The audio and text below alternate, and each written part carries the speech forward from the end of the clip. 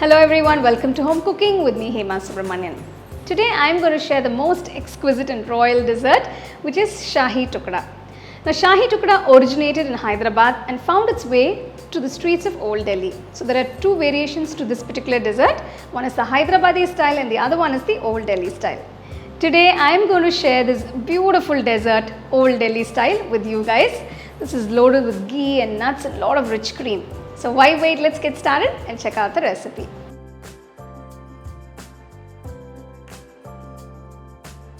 So first we're going to make the sugar syrup.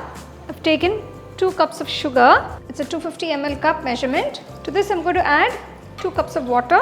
So this is the same cup I've used to measure the sugar and the water as well.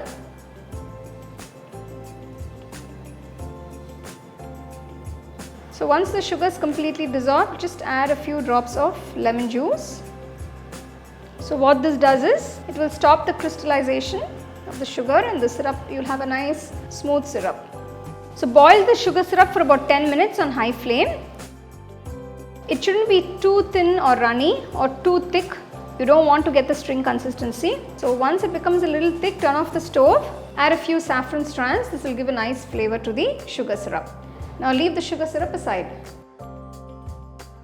Once the sugar syrup is a little warm, transfer it into a bowl and keep it aside. For the Shahi Tukda, I've taken 1 loaf of brown bread. You can use a regular white bread if you want. It's your choice. So just cut off the edges, the crust, just cut it off.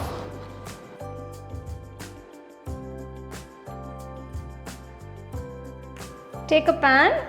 So I'm going to fry the bread pieces in ghee alone. So if you want to do a combination of ghee and oil, you can do that as well. Or if you just want to use oil, it's up to you. Adding ghee or frying the bread pieces in ghee will make the dish or the dessert all the more tasty.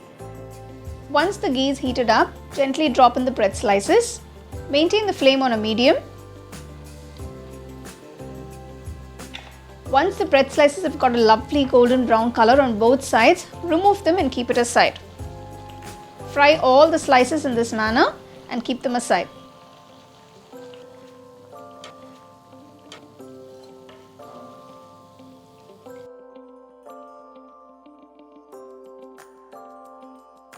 Once you've fried all the bread slices, gently dip the bread slices one by one into the sugar syrup. Make sure the bread is completely coated with the sugar syrup. Leave it in there at least for just about a minute. Remove the bread slices and start arranging them in a nice wide tray or a bowl, whichever you please. So I'm going to make 2 layers. I'm just going to layer it up. So I'm just going to stack it and arrange it depending on the size of the bowl. Make sure the sugar syrup is not too cold or too hot. It should just be warm.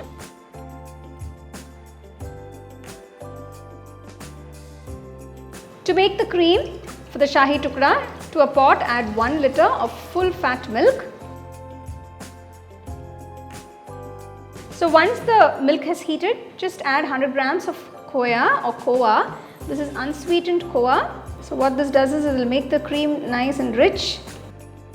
To make the corn flour slurry, I've taken 3 tablespoons of corn flour. Add about 1/4 cup of water and just mix everything. So the corn flour is completely dissolved. Keep this aside.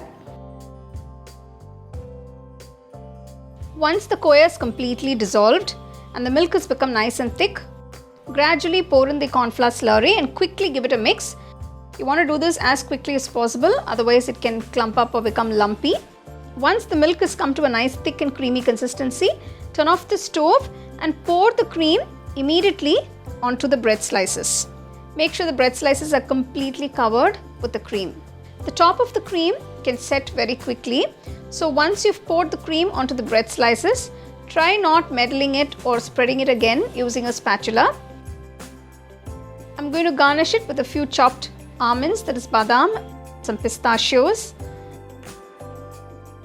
and some Tutti Frutti. So now the Shahi Tukda is done. So once it comes to room temperature, you can set it in the refrigerator for about 2 to 3 hours. Wow, you can see it's set so beautifully. Adding the final touch to the Shahi Tukda is putting a layer of the silver leaf. Now this is optional, I'm just using it to decorate it. So if you don't have it, don't worry about it.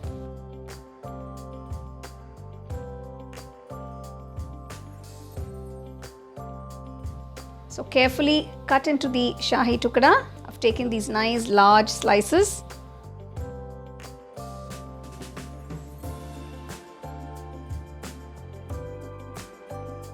I'm just going to scoop this out of the bowl. You can see those layers of bread and the cream on top with all those garnished nuts. It's an amazing dessert, or sweet as we call it. It's a classic, so it's a must-try recipe. Serve it immediately, nice and chilled. Everybody is going to absolutely enjoy this old Delhi style Shahi Tukda.